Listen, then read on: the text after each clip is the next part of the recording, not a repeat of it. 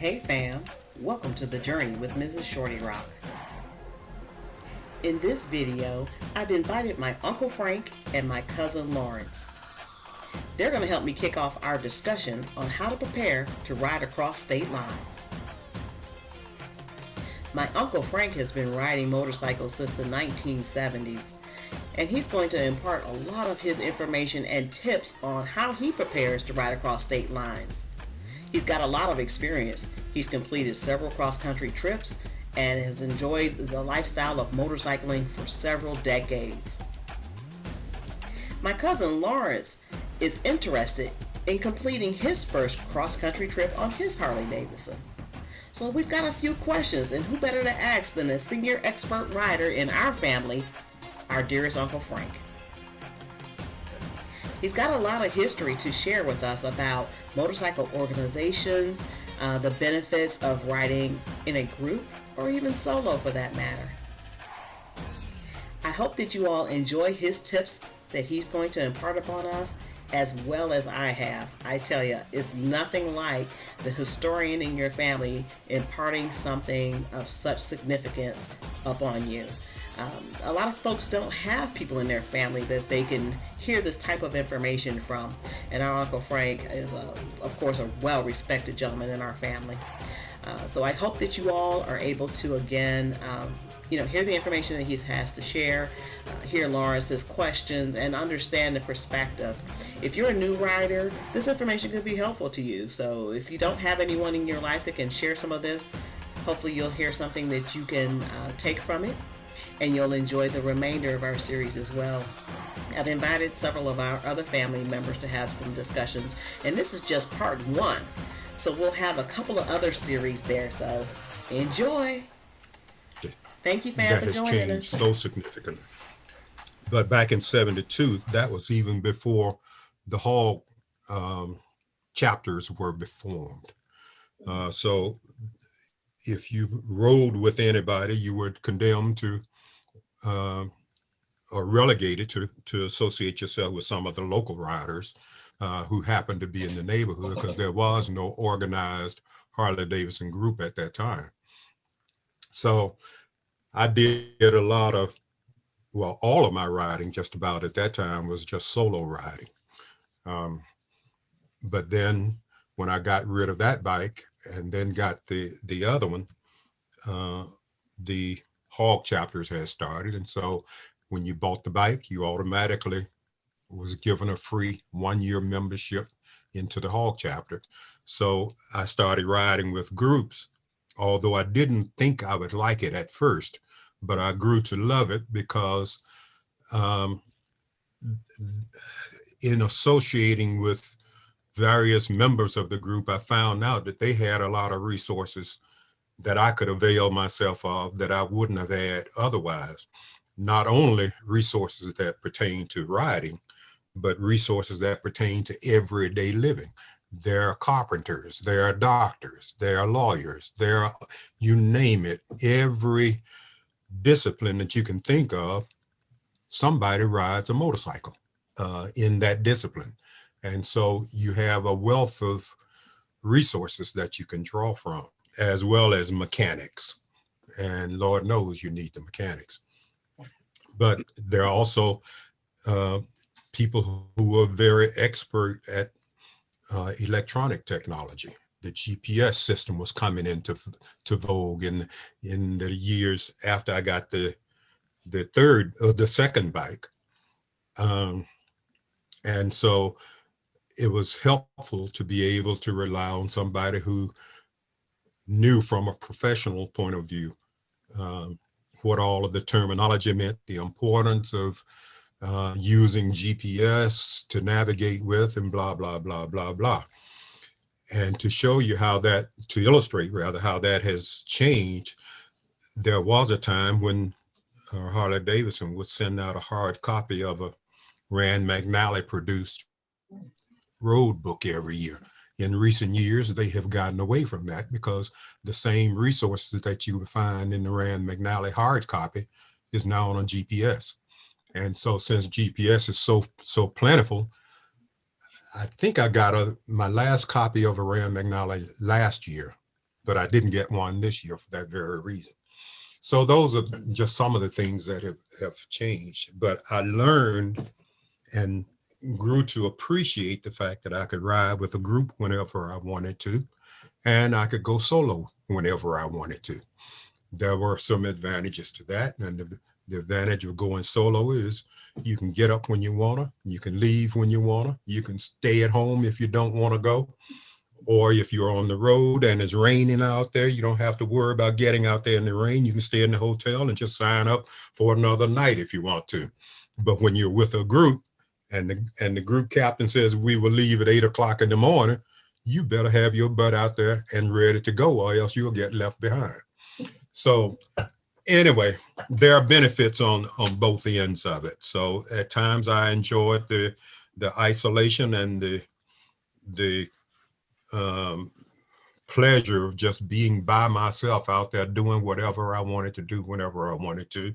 And then at other times I enjoyed the camaraderie that I had with the Hall group and also with the American Legion riders and other groups that I associated with, the American Motorcyclist Association. And so everywhere you look, there's somebody who can give you some tips and give you information that's helpful to you on your rides as well as in your everyday living. Enough for that. That's really good, because you mentioned organizations that a lot of people don't even think about, the American Motorcycle Association and all those other groups, extremely important because you're right there. They are very resourceful. They have a lot of trades there that can help you and grow your skill set as you become a more advanced rider. Well, I became a life member of the AMA. And one of the things I like about them is it's not brand specific. They cover motorcycles, whether it's a BMW, whether it's a Honda, whether it's a Harley, whether it's a Kawasaki, whatever it is, you can be a member of the AMA. Whereas Harley is brand specific. But AMA just does not care. All they care about is, do you ride a motorcycle? And they even have a long riders program that I signed up for and never turned in my mileage, but you can accumulate mileage over the year. And at the end of the year, you have your mileage verified before you start. And then at the end of the year, you have it verified again. And you can do that by just going to one of the dealers or one of the AMA reps in your area, and they will verify your mileage for you, and you get points for that. And then you can convert those points into gift certificates or prizes or whatever. Harley Davidson has a similar thing, but they call it the ABCs of touring. And I'll talk to you about that, Laurence, some time ago, where you go from city to city and town to town and state to state, accumulating as many alphabets as you can by going to places that starts with that particular letter.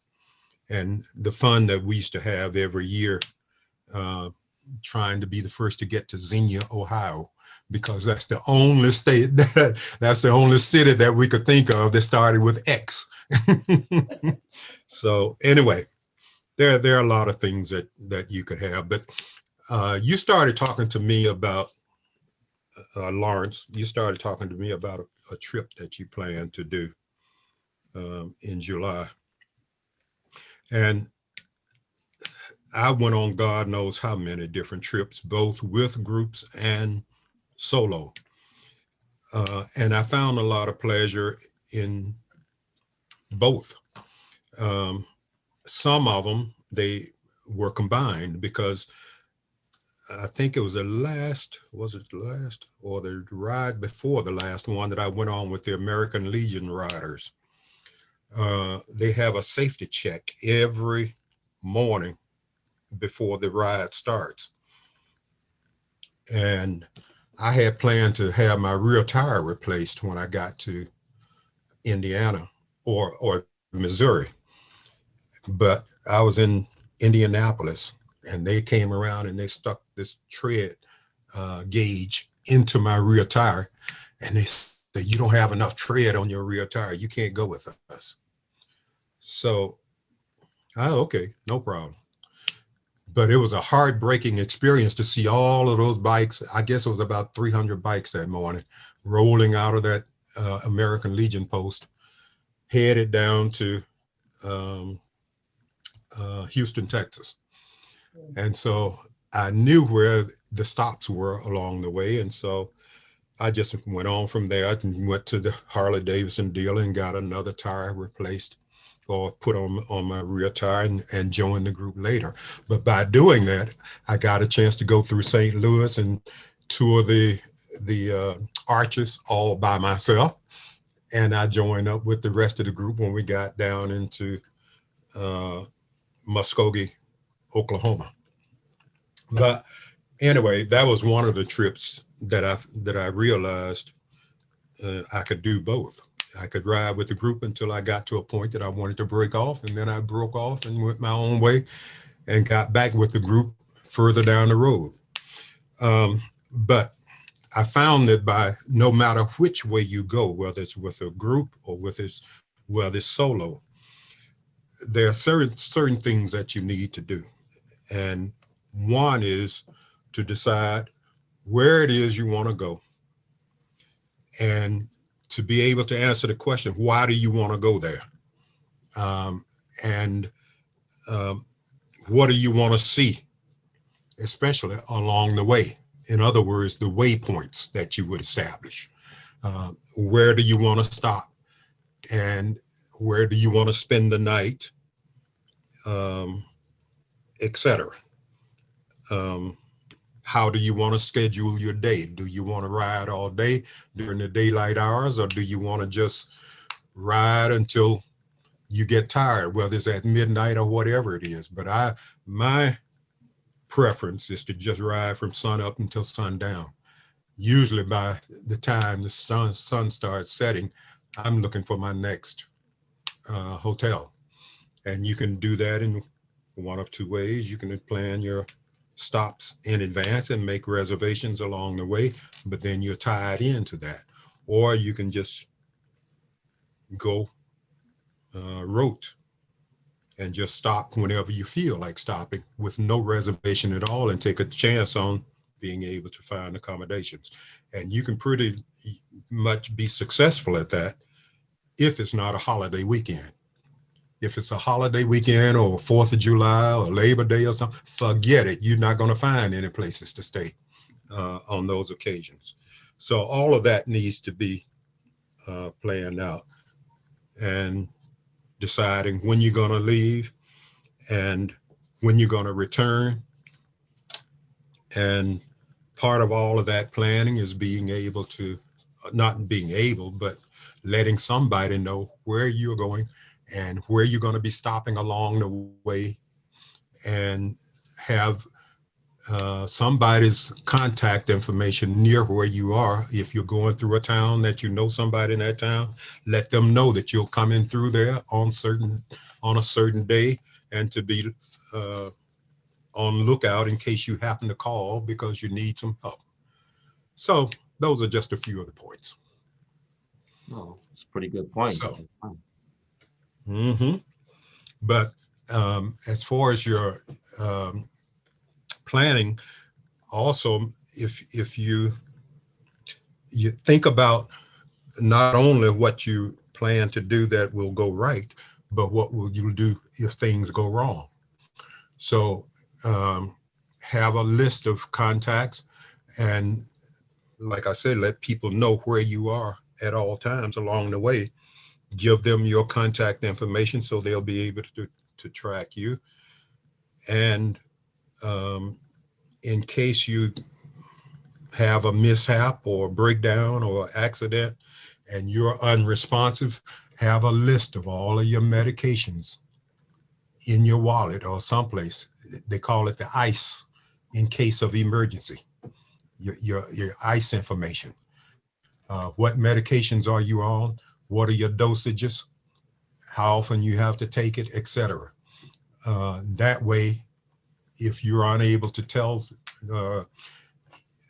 rescue workers that information, they can look in your personal stuff and find it. And they won't be giving you something that will make your situation even worse. That's enough for right now. That was already a mouthful right there. Yeah. Well, I'm just telling you what I learned to appreciate. At first I thought it was quite intrusive, but I learned that it's for my benefit, especially when you're out there by yourself.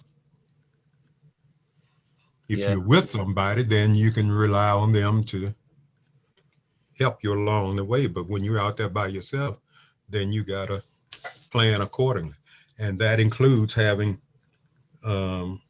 AAA or some kind of road service assistance, that can tow your bike for you without charging you an arm and a leg. So do you have that already with your insurance company or with AAA or something? Yes, I do. I have that with Geico, and I also have that along with, I also have a Hog membership as well. And so I do know that towing to the nearest Harley dealership comes wrapped up in the Hog dealership. I'm sorry, not Hog dealership, but the Hog membership. Mm-hmm. So those were two things that I do have, and I have options. Yeah. Well, I use the AAA all the time, and they have a policy that includes RV. You can get it to cover your motorcycle or any kind of sporting equipment, even your travel trailers and all that kind of stuff. It covers all of that.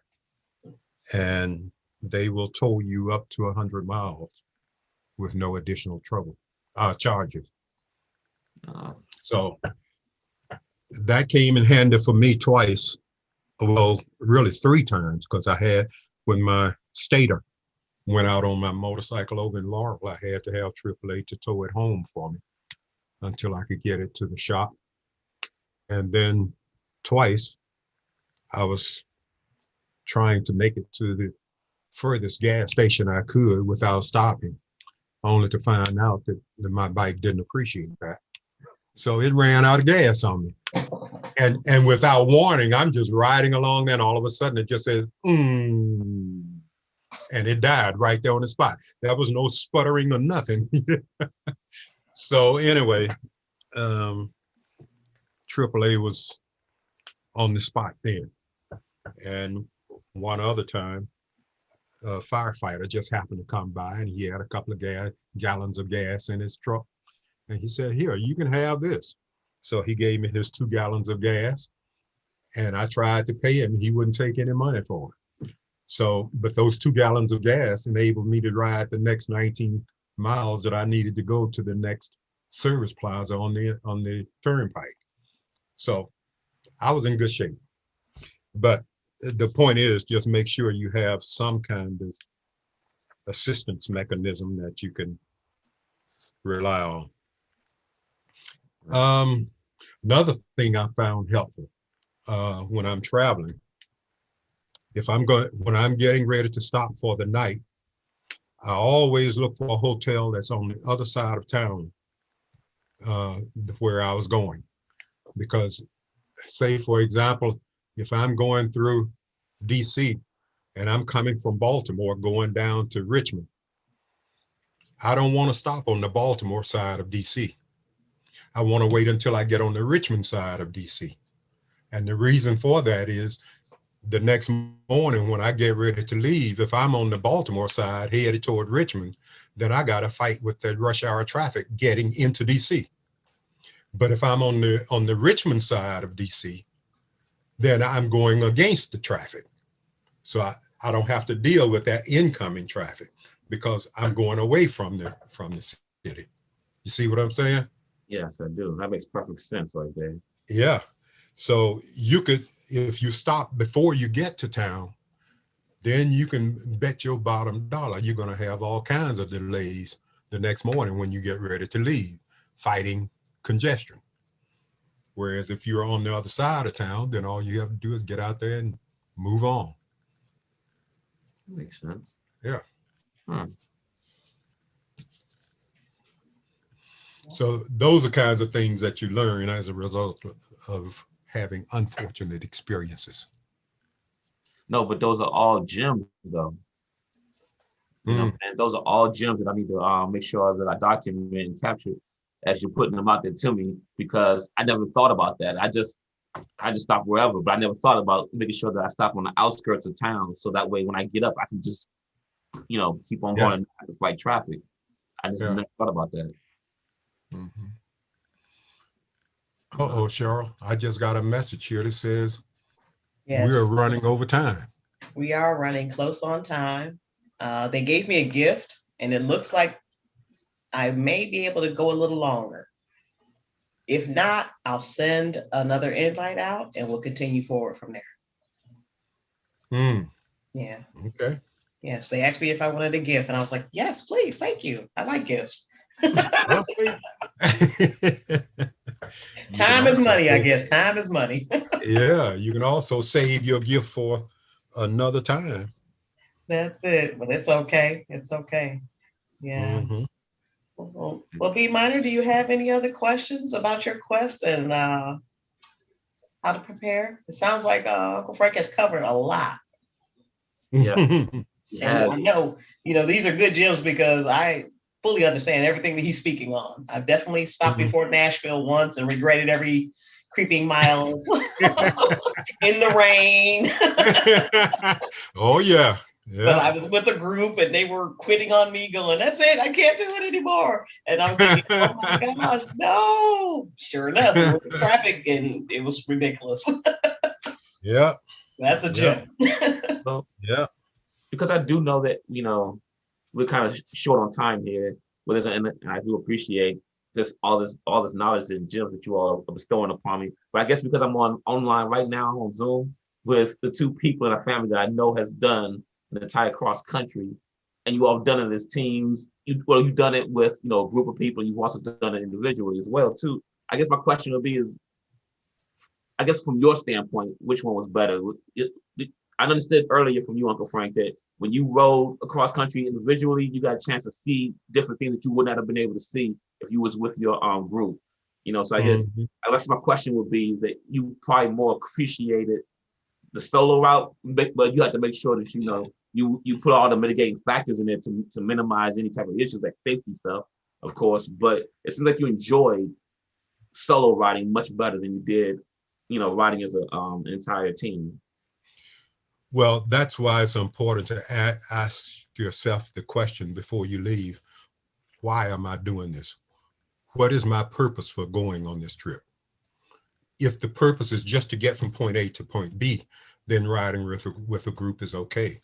But if the purpose for the trip is to see what you want to see and stop where you want to stay, stop without any time constraints, then that's a different question altogether.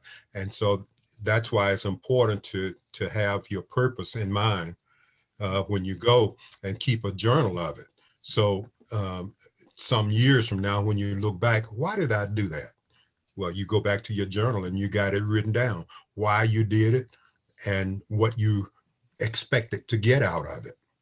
Every trip should have some kind of expectation. You know, otherwise it's just a trip that you're going um, without any real purpose at all, and it has no real meaning to you. Uh, some people have that knack of being able to make something out of nothing. In other words, you start off with a blank slate.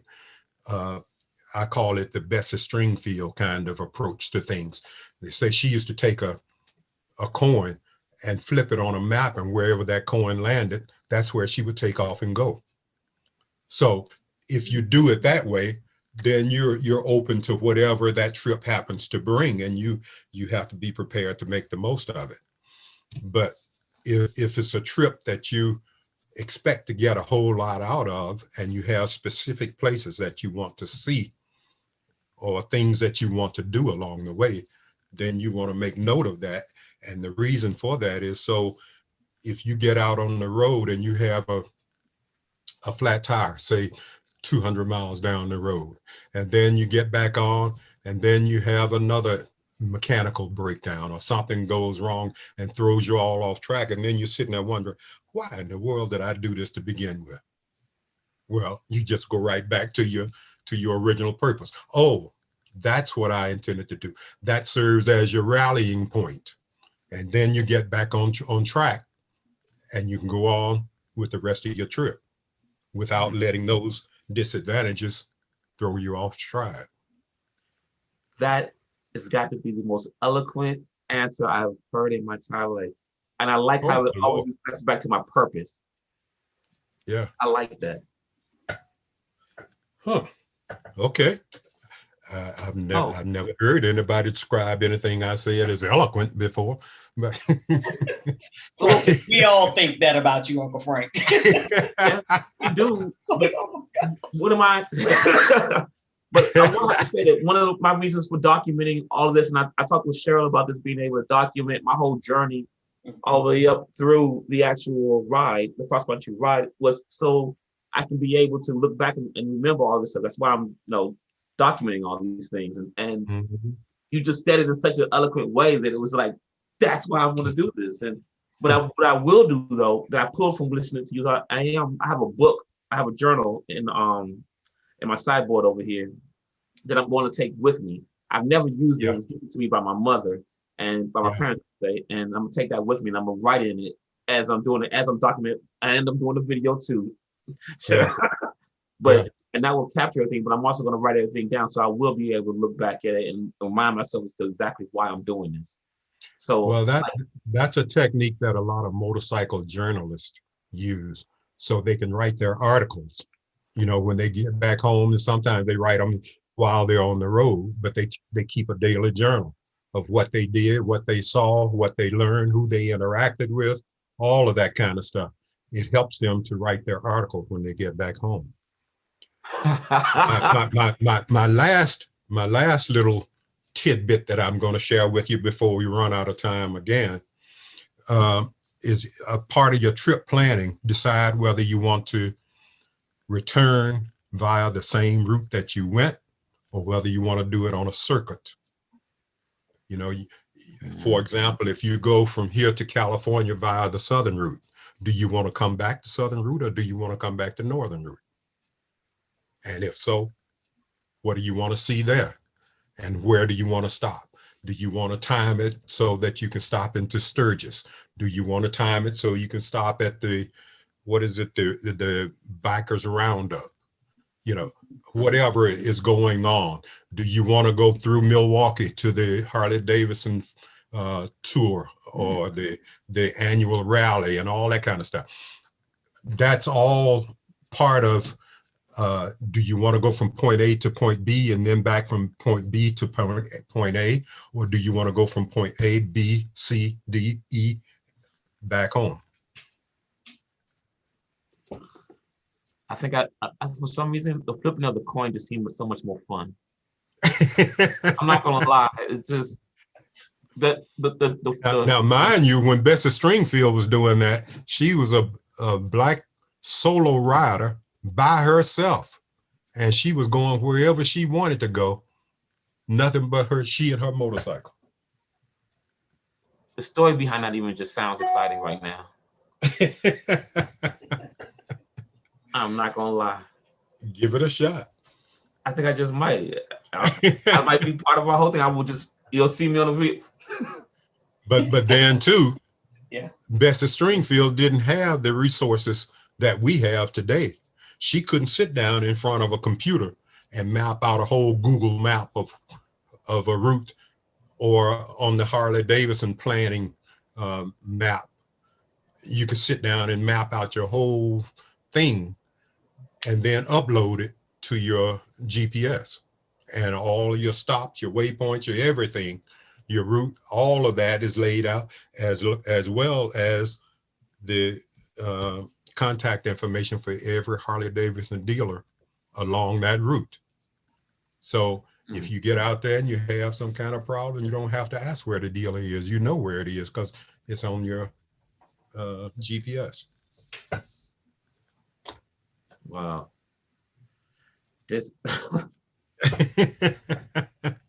I'm beside myself right now. I'm sorry. Huh? I'm beside myself right now. Kind of surreal because you just kind of altered my whole way of looking at this trip. And when this short conversation, you just changed it. You know, I hope it's for the better. I think it's for. I think it's gonna be awesome right now.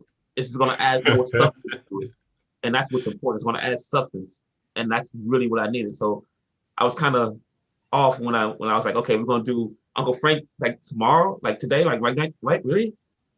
But I don't know. But and all that's now I think it was a great idea because it's gonna allow me to go forward with substance and purpose and understanding of how I really want to do something, which will make it the ride even more valuable. So Mm-hmm. it's just like money. Like you have no idea how much money this was for me right now. And you just gave me like a whole sheet full of gems. I'm gonna have to keep polishing to keep it shiny. Okay. And remember, pack as light as you can. Oh yeah, so I remember and make sure I bring the raggediest drawers, right? Yeah. Oh, better yet, you can go to um, exofficio.com, or you can go to your REI and get what they call the give and go underwear. They're very lightweight. They're very mesh. They're water wicking, and you can carry one or two. Well, I'd say 3 pair at the most is all you'll need, because every night you can rinse out the pair that you had on, hang them up on the shower curtain. The next morning when you get ready to go, they're dry. Now, if that's a tighty whitey, you're not going to be able to do that, because those things are made out of cotton and they're not going to dry on no curtain rod overnight. But the give and go, all you need is 3 pair, one to put on and one in case of emergency, and the other for the next day. Nah, I didn't know that. I do that with my shirt because they make them for female too. I'm gonna look They make them for online. female too. Thank you. Now, what I used to do with those things, the pair that I have on, I'd soap up my hair when I take my shower, and I wash my hair with my drawers, and then continue to use it as a washcloth. And when I finish, I rinse it, wring it out, hang it up on the shower curtain. The next morning, it's dry as a bone. I love it. Yeah. Dual purpose items. I love that. Yeah. Yes. Yeah. Yeah. I used to, when I first started going out, I was wearing the regular cotton underwear. And man, I used to carry a pair of underwear for every day. And I had a whole bag almost full of nothing but underwear and socks. But I don't do that. I didn't do that anymore after I became a man and put away all childish things. How about that? Hey, when you know better, you do better, right? Yeah. So you pack light as you can. And if you run out, you just stop at the store and buy another pair and keep moving. Throw the other pair in the trash if you have to. Keep moving. Mm-hmm. I don't know a store nowhere along their highway that don't sell underwear. Sure. Yeah. Well, all right. I said that was going to be it. So. All right. Well, I look forward to maybe even possibly doing this again. Like before Laurence leaves out. Yeah. Maybe we can do a little briefing or a recap or what have you. All right. And we'll see how it goes. Yeah. But thank you so much for your time and all of that information. These are gems that you got to experience it. You can't just talk about this. You got to experience this. Yeah. Nobody can live it for you. You got to do it for yourself. Amen. And thank you very much. Right. I really appreciate both of y'all. This has been valuable. Now, before I go, Cheryl, tell me the tires on your bike. They're not the big white wall. What kind of tire is that on there? I think that's a Messler. I gotta look at it again. Okay. Yes. Yes, I'm due for Is it a another thin? pair. It's a It looks thin like white wall on the front yeah. and a little Yeah, bit wider on the back. Hold on, let me get out of the way of it. Oh, that's pretty. Yeah. I like that. And I did a solid rim on the back because the Yeah. only time I see that rim is when I take the saddlebags off to wash it. See, Yeah. now when I had my first bike, I spent money on the same matching rims and all of that business, and there's Yeah. several debates about that. But I found that to be a waste of money because the only time you Is see that a that fat rim, boy wheel? yes, Is that a fat boy wheel? no, it's not a Fat Boy rim. That's a 21 on the front Oh, and the okay. stock on the back, On the rear, just a stock. on the stock. Okay. Yeah. Okay. Mhm. Because I wanted to make sure that I had a rim that I could purchase on the road. So if I Yeah. needed a tire, got a flat. They got a stock tire. Yeah. All right. I like that. Well, thank you. All right. All right. Well, thank you again. We appreciate all of the time that you spent with us. Laurence, I hope you got everything out of that, or B minor. And Yes, we'll do it I again. got a lot. Definitely. So did I. Thank you all. Tell David I said hello. I certainly will. All righty. Thanks, guys. Love you. Love y'all too. Love y'all too. Love y'all too. Take care.